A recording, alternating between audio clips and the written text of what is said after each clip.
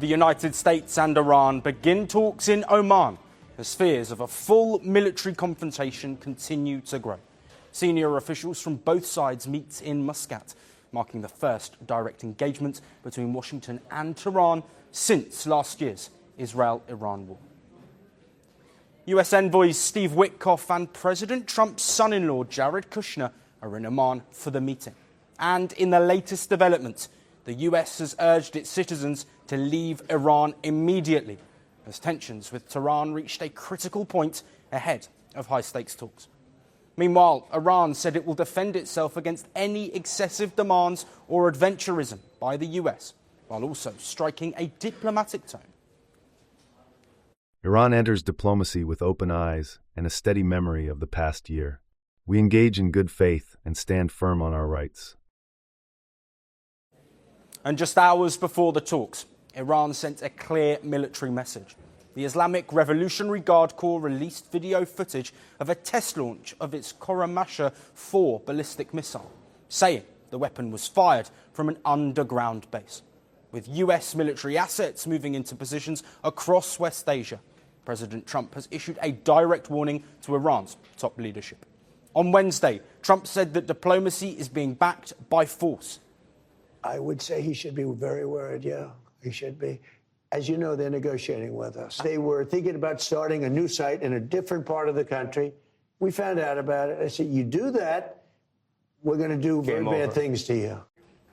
Well, Iran, for its part, also issued sharp warnings of retaliation, saying any attack would be met with force, including strikes on American bases in the Middle East and on Israel. And questions over the location and scope of the discussions had raised doubts, as Iran requested a last-minute shift from Istanbul to Muscat. Meeting in Oman, however, is not without precedent. The Gulf nation has a long history of acting as an intermediary between the US and Iran. Oman, along with Italy, hosted last year's round of negotiations. Tehran also insisted the meeting be limited strictly to Iranian and American officials. The Iranian delegation is led by Foreign Minister Abbas Araghchi, who recently said Iran's armed forces had their fingers on the trigger. Now, at the heart of the standoff between Iran and the United States is uranium enrichment. Washington, along with other Western allies and Israel, believes Iran is seeking the capability to build a nuclear weapon, a claim Tehran strongly denies, insisting that its program is purely for peaceful purposes. Diplomacy moving forward. The president has obviously been quite clear in his demands of the Iranian regime. Zero nuclear capability is something he's been very explicit about, and he wants to see if a deal can be struck. And while these negotiations are taking place, I would remind the Iranian regime that the president has many options at his disposal, aside from diplomacy, as the commander-in-chief of the most powerful military in the history of the world. Another key issue is Iran's stockpile of more than 400 kilograms of highly enriched uranium. President Trump is demanding a complete halt to enrichment. Iran says it has no intentions of militarizing its program and claims it could dilute its enriched uranium, but only if sanctions are lifted in return. The US also wants to discuss Iran's ballistic missile program and human rights violations. But Iran says this is a red line and that it violates its sovereignty and goes beyond the scope of nuclear negotiations. For Tehran, these talks may represent an opportunity to avoid US military action and secure sanctions relief. For Washington, they could provide an exit ramp from escalating military threats across West Asia. Meanwhile, regional mediators, including Egypt, Turkey, and Qatar, hope these discussions can de-escalate tensions. As global attention focuses on the US-Iran talks, yesterday, Germany issued a stark warning about the risks ahead. Yes, I saw this tweet. I can only say that it is evidently an expression of great nervousness and uncertainty. Concern about a military escalation in the region is great, so the talks will be intensified in the coming hours. There will also be envoys from the U.S. government, the U.S. president, traveling in the region. Beauftragte der amerikanischen Regierung, des amerikanischen Präsidenten geben, die in der Region unterwegs sind.